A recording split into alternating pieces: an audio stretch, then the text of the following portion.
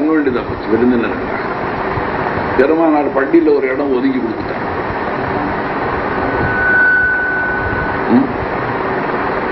அவர்கள் அங்க தங்கிக்கிட்டு தங்களுடைய வணக்க வழிபாடுகளை செஞ்சு அவங்க முழங்கால ஊண்டிக்கிட்டு சஜிதா செய்யலாம். முழங்கால ஊண்டிக்கிட்டு இப்படி நம்ம கேட்கறப்படாது. அதை போய் சில சஹாபாக்கள் சொல்றாங்க, பள்ளிவாசல் நம்முடையது, நம்முடைய பழக்க வழக்கத்துக்கு மாற்றமான முறையில் அவங்க வணக்கம் செலுத்துறாங்க. நம்ம பள்ளிவாசல் சர்க்கார் சொன்னாங்க அவங்க விருந்தினர்கள், விருந்தினர்களுடைய மனசை சங்கடப்படுத்தக்கூடாது, அவங்களுடைய கொள்கைப்படி அவங்க வணக்கம் செலுத்துங்க. வாக்கையா ஹைனையே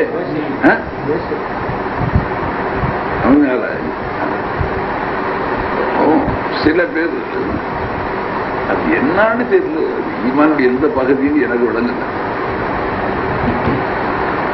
சூரிய மும்தஹினா ரொம்ப தெளிவா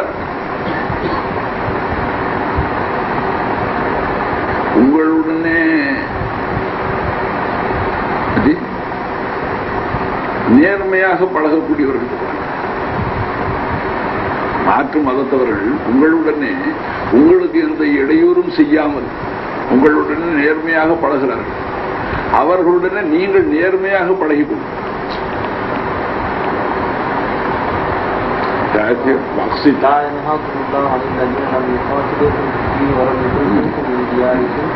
உங்களுடனே அவர்கள் மதத்தின் பெயரால் போர் தொடுக்கை, உங்களை வெட்டி வீழ்த்தையில், உங்களுடைய வீடுகளை விட்டு உங்களை துரத்தி விட இல்லை.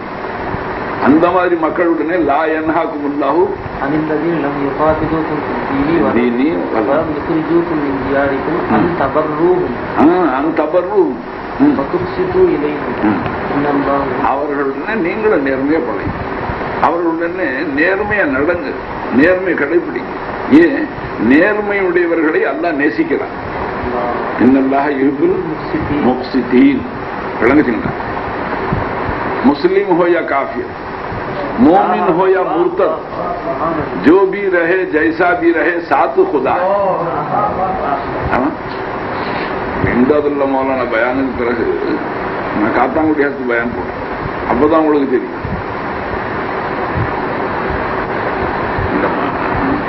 நம்ம நாட்டில் வடநாட்டில் மத வெறி. தமிழகம், ஆந்திரா, கேரளா இதெல்லாம் ஓரளவுக்கு தப்பிச்ச மாநிலம். கன்னடா கூட சொல்லலாம், கன்னடம். மகாராஷ்டிராலாம் கொஞ்சம் பங்கெடுத்திருக்காங்க. என்ன அல் ஹல்கு ஐயாலுல்லா, சிருஷ்டிகள் அனைத்தும் அல்லாவுடைய குடும்பம். அல்லாவுக்கு மனைவி மக்கள் இல்லை, அல்லாவுக்கு உள்ள குட்டி இல்லை.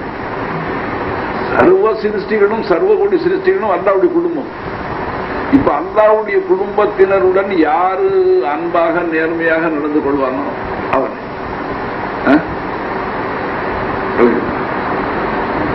பெருமானார் போதனை யாருக்கு செஞ்சார்கள்?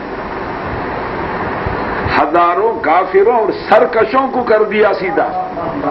முத்தகின் கலியாபத் முசாவா செஞ்சாங்களா? அவுலியா கலியாபத் ஹிதாய் செஞ்சாங்களா? ஆரம்பமாக அண்ணல் பெருமானார் முன்னோக்கி பிரச்சாரம் செஞ்சு யாரை? குறைஷி காபீர்களை. தப்லீகை எங்க செய்யணும்?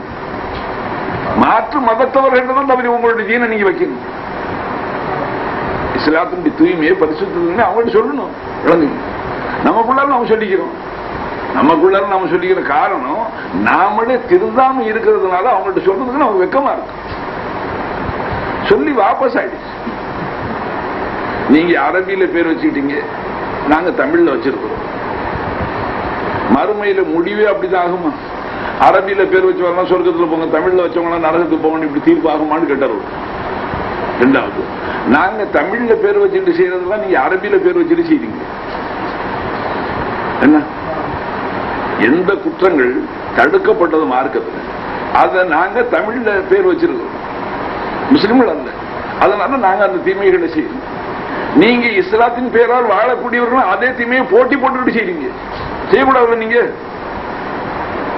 சொல்லுங்க. மதராஸ்ல பண்டிட் சுந்தர்லால் ஒருத்தர், லக்னோக்காரர். லக்னோ உருது ரொம்ப இன்பமான ஊர், உருதுலேயே ரொம்ப இன்பமான ஊர். நியூ காலேஜ் வளாகத்தில் பயன் செஞ்சார். சுமார் 5000 மக்கள் எல்லாம் உருது முஸ்லிம்ஸ், அதிகமாக உருது முஸ்லிம்ஸ். அவர் பெருமானாருடைய வாழ்க்கை சரித்திரத்தை, அதுல இருந்த ஏழ்மையையும் வறுமையும் பெருமானார் பட்ட கஷ்டங்களையும் அன்னை ஃபாத்திமா நாயகி வாழ்ந்த வாழ்க்கை முறைகளையும் சொன்னார். மாற்று ஆடைகள் இல்லாதனால் ஃபாத்திமா நாயகத்துடைய துணிமணிகள் எண்ணெய் தோய்ந்தது போல இருக்கு. மாவு அரைத்து அரைத்து அரைத்து திருகை ஃப்ளோர் மில் இல்லைங்களே, கைகள் காப்பு காய்ச்சல். ஆக அந்த வாழ்க்கையெல்லாம் ஒரு வர்ணிச்சார் பாருங்க. இப்ப எனக்கு வர சொல்ல வரல, தேம்பி தேம்பி தேம்பி தேம்பி எல்லாரும் ஆளுதான், எல்லாரும் ஆளுதான். உருது முஸ்லிம்கள் ரொம்ப சீக்கிரம் அந்த உருது பிடிச்சு யார் தாங்க முடியும், அதுதான். கடைசியில் அவருடைய மேடையை கேர பண்ணிக்கிட்டாங்க, மேடையை சுத்திக்கிட்டாங்க சில முஸ்லிம் இளைஞர்கள்.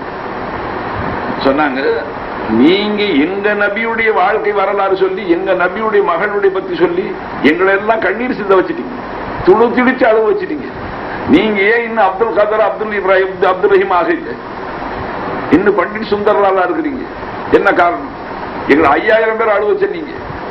அப்ப அவர் சொன்னாரு, நான் அதுக்கு தான் சுத்திக்கிட்டு இருக்கிறேன், அதற்காக தான் நான் சுத்திக்கிட்டே இருக்கிறேன், கலிமா சொல்லி இஸ்லாம் ஆகி சாகணும். ஆனா எனக்கு நீங்க யாராகிலும் ஒருவர் உங்களிடம் மாதிரி சாயபாக நான் விரும்பேன். முகத்துல கறி பூசின மாதிரி சொல்லிட்டேன், நான் அப்படி விரும்பவே. நீங்க யாராகிலும் ஒருத்தர் அபூபக்கர் சித்திக் மாதிரி நடிச்சு காட்டு. ஒரிஜினல் அபூபக்கர் வர முடியாது, அவரே ஒத்துக்கிட்டார். நான் சர்வங்களா படிச்சுட்டு வர முடியாது, அவர் மாதிரி வாழ்க்கையில நடிச்சு காட்டுங்க. இப்ப கலிமா சொல்றேன், உங்க கையை பிடிச்சு கலிமா சொல்றேன். ஒன்ன பார்த்து இஸ்லாத்துல நான் வரலாப்புல இருக்கு. எதுல நீ மிஞ்சி இருக்கிற? கலாச்சாரம் ஒண்ணு தனியா இருக்கு. முஸ்லிம்களுடைய கலாச்சாரம் ஆடையால ஒண்ணு இருக்குல்லமா. நம்ம தொப்பி போட்டுக்கிறோம், தாடி வச்சுக்கிறோம், ஜிப்பா போட்டுக்கிறோம், ஒரு கலாச்சாரம். எல்லா முஸ்லீம்களும் அப்படி பட்டானிஸ்தான்ல டிரெஸ் வேறு, வடநாட்டுல டிரெஸ் வேறு, கேரளாவில் டிரெஸ் வேறு, வேட்டி கட்டி இருப்பாங்க. தமிழ்நாட்டிலேயே மதுரை இந்த பக்கம் போனா வேட்டி கட்டி இருப்பாங்க. அப்ப உடை நடைய வச்சு இதனால இது இஸ்லாம்னு சொல்ல முடியாது. சொல்லுறாங்க, அது நாட்டுக்கு நாடு கலாச்சாரமா. இப்ப அங்க இருக்கிற ஃபாரின்ல இருக்கிறவங்க எல்லாம் சூட் கோட்டோட இருக்கிறாங்க.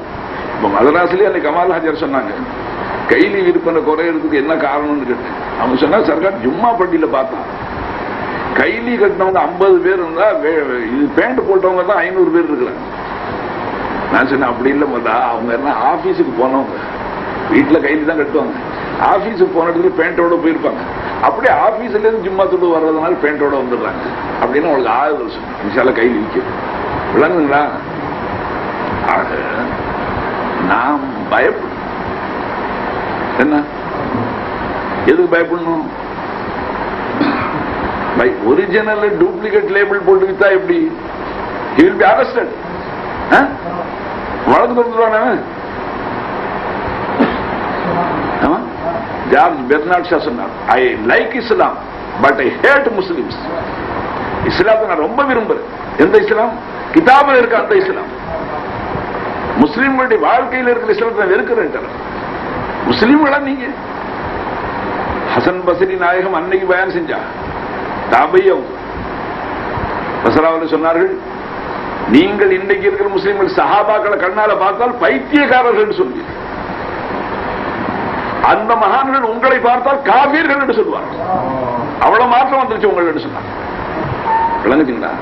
என்னமோ நாமோ we are satisfied ourselves. நம்மளை நாம சமாதானப்படுத்திக்கிட்டோம். பரவாயில்ல, இல்லாத ஒரு இல்பு சக்கர. இந்த காலத்துல முஸ்லீம்கள் எல்லாம் பொடுபோக்கா இருக்கிறாங்க, நான் எவ்வளவு தேவலாமே, வெரி மச் பெட்டர் என்று நம்மை நாம் திருப்திப்படுத்திக் கொண்டோம். கான்காவில் தொழுதேன், சேகநாயகம் இருக்கிறாங்க, அவசரமா தான் தொழுதேன். எங்க கூப்பிடுவாங்க? தொழுது பிறகு கூப்பிட்டாங்க, என்ன செஞ்சேன்னு கேட்டாங்க. தொழுதேன்னு சொன்ன. நீ பொருந்திக்கிட்டியான்னு கேட்டாங்க. தொழுதை நீ பொருந்திக்கிட்டியான்னு. பொருந்திக்கிட்டேன் நிஜமான, நல்லா தானே தொழுதேன்னு சொன்னா, तेरे नमाज से तू राजी हुआ तो क्या कमाल है, तेरा रब राजी हुआ. இந்த தொழுகை உன் மீது கடமையாக்கல, அவன் உன்னை பொருந்தி கொள்ளணும். நீ அவங்க சீதா தொழுது போட்டு நீ பொருந்திக்கிட்டேன்னு. அந்த மாதிரி இப்ப நாம் ஒவ்வொருத்தரும் எவரிபடி சாட்டிஸ்ஃபைட் ஹிம்செல்ஃப் இருக்கா இல்லைங்களா? நான் எவ்வளவு தேவலாம, இந்த காலத்துல முஸ்லிம்களுடைய போக்கு பாரு, நான் எவ்வளவு தேவலாம, அந்த மாதிரி இருக்கிறோமே தவிர யாரை நாம் பார்க்கணும்? நமக்கு முன்னால் சென்றார்களே. அதனால ஒரு கவிஞர் எழுதினார், இஸ்லாம் தர் கிதாப் இஸ்லாம் எங்க இருக்கு? It is in the books, Islamic literature. இஸ்லாமிய புஸ்தகங்கள்ல தான் இஸ்லாம் இருக்கு, உண்மையான இஸ்லாம். முஸ்லிம்கள் where are the Muslims, they are all in the கவர். இஸ்லாம் தர் கிதாப், முசல்மான் தர் கோர். முஸ்லிம்களாக வாழ்ந்தவர்கள் மன்னரையில் இருக்கிறாங்க. நாம பை பெர்த், பிறவியின் காரணத்தினால முஸ்லிமான தாய் தாப்பனுக்கு பிறந்த இஸ்லாமிய பேர் வச்சு விட்டாங்க. விளங்குனா we are not Muslims by understanding. Can anybody become a doctor with qualification? Can anybody become an engineer with qualification? Doctor பிறந்தவனா டாக்டரா, இன்ஜினியர் பிறந்தவனா இன்ஜினியரா? முடியாது இல்ல. அவனு போய் அவன காலேஜுக்கு. ஆனா ரொம்ப cheap, very cheap son of Muslim is Muslim without any qualification. எந்த விதமான ஞானமும் இஸ்லாத்தை பத்தி எந்த அறிவும் தேவையில்லை. he is also a Muslim. நாம விட்டு கொடுக்க மாட்டோம்ல, சென்சஸ் கணக்குக்கு நாம விட்டு கொடுக்கவே மாட்டோமே. அவரை இழுத்து பிடிச்சு முஸ்லீமா தான் சொல்லுவோம். கண்ணியமா ஒண்ணு இருந்தா சரியா போச்சு நமக்கு, அவர் முஸ்லீமா தான் செய்வோம். ஆனால் வாட் இஸ் இஸ்லாம்? நாம் எங்கே இருக்கிறோம்? நாளை கியாம நாளையில இஸ்லாத்தின்படி வாழ்ந்தவர்களை முன்னோக்கி நிற்கும் பொழுது நீங்களும் முஸ்லீம்கள் தான் கேட்டா எப்படி இருக்கும்? அதனால நான் என்ன சொல்றேன், நாம இஸ்லாத்துக்கு துரோகம் செய்யும். ஒரு அழகான பொண்ணு இருக்கு, மூக்கு முடியெல்லாம் லட்சணமா நல்ல அழகான பொண்ணு. பொண்ணு பார்க்க வர்றேன், பொண்ணு பார்க்க வர நீ மூஞ்சில கரிய பூச்சி செம்புள்ளி கருப்புள்ளி கருப்பு கருப்பு பே மாதிரி ஆக்கி நீங்க உங்க பையனுக்கு பொண்ணு பார்க்க வந்தீங்களா, இதான் அந்த பொண்ணுன்னு சொன்னா பொண்ணு பார்த்துட்டு பேசுவாங்களா ஓடுவாங்களா? என்ன அந்த பொண்ணு அவள் அவலட்சணமா? அவளை அவலட்சணமாகி காட்டிய நீங்கள் குற்றவாளி. இஸ்லாத்தை இன்றைக்கும் உலகம் ஏற்க தயாராக. யாரோ பயாங்க சொன்னாங்க, அமெரிக்காவில் இந்த 2 கோபுரம் ரெட்ட கோபுரத்தை தகர்த்தானு, அதுக்கு பிறகு 35,000 நீங்களும் இஸ்லாம் ஆயிட்டோம் கருப்பர்கள். யாரு சொன்ன இந்த பயான? ஆச்சரியம் இல்லைங்களா இது? அவன் நாட்டில் இவ்வளவு பெரிய சேதம் ஏற்பட்டு சந்தேகமே முஸ்லிம்கள் பேரப்படும். ஆப்கானிஸ்தான் அந்த என்ன ஆல் கொய்தா, அவர்கள் முஸ்லிம்கள் தாங்க, முஸ்லிம் இஸ்லாத்தின் பேரா தானே வாழ்றாங்க. இன்னைக்கு மணிச்சுடர்ல ஒரு அழகான கட்டுரை எழுது, தீவிரவாதின் தீர்ந்தே போகவா நீ மேல ஒரு கட்டுரை உறுதியா படிக்கல, நம்ம நல்லா இருக்கு.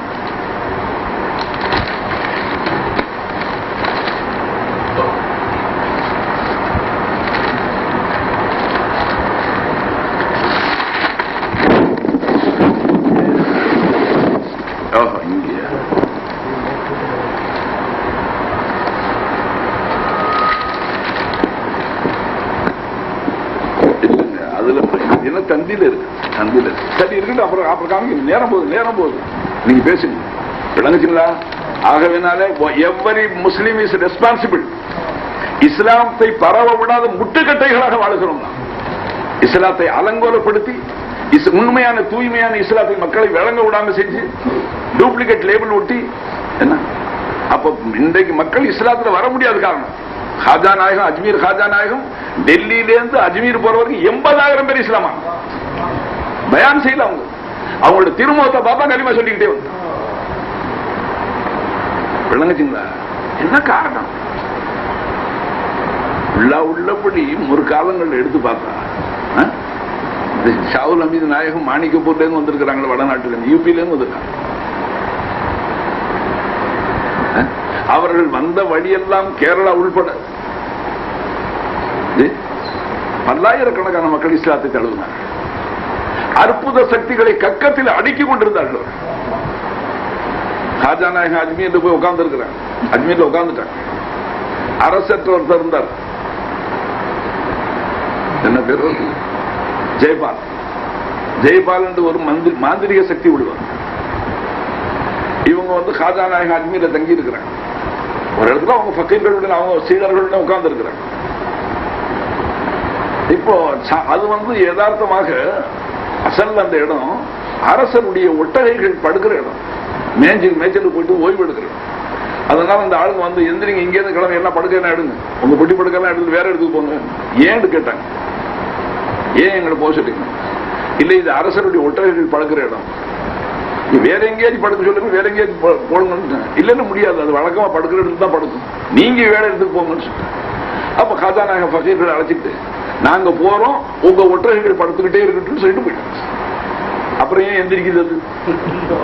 அப்புறம் ஏங்க எந்திரிக்கும்? அவங்க வாயில என்ன வந்துச்சா அதான் வேத வாக்கு. படுத்தே கிடக்கு நாள் 3 ஆச்சு. உபாயங்கள்லாம் பலது செஞ்சாங்க. தண்ணீர் தொட்டிகளை கொண்டு சுத்தி அது பக்கத்துல வச்சாங்க. அப்போ எந்திரிச்சு குடிக்கும். அதுக்கு உள்ள தீவனங்களை கொண்டு போய் சுத்தி வச்சு பார்த்தாங்க. அந்த ஆசையை தெரிஞ்சு ஓடி வந்துடும். 3 நாள் பட்டினியா இருக்கணும். அது செய்ய மாட்டேன். அரசருக்கு கேஸ் போச்சு. அரசர் சொன்னாங்க, ஏன் அவர்கிட்ட போய் மோதிக்கிட்டீங்க? இந்த சாமியார்ட்ட ஏன் மோதிக்கிட்டீங்க? அவர் வாயால திரும்ப அந்த வாசகம் வரணும். அந்த வாசகத்தை அவர் வாபஸ் வாங்கினால்தான் ஒட்டகம் தெரியும். திருப்பி வந்து மன்னிப்பு தேடும். நீங்க தாராளமா இருங்க, நாங்க ஒட்டகைகளை வேற இடத்துல படுக்க வச்சுக்கிறோம், தயவு செஞ்சு கிளப்பி விட்டுருங்க, எழுப்பி விட்டுருங்க. நாங்க இங்க இருக்கலாம், நாங்க இருக்கிறோம். அப்போ உங்க ஒட்டகை போட்டும் போனா எல்லாம் எந்திரிச்சு கீ ஒரு சீட்டு போகும். சரித்திரம் தட்டி படிச்சு பாருங்க. என்ன என்ன நாம பேசுற மாதிரி மேடை போட்டு பிரசங்கமா பண்ணாங்க வேற தெரியுங்களா?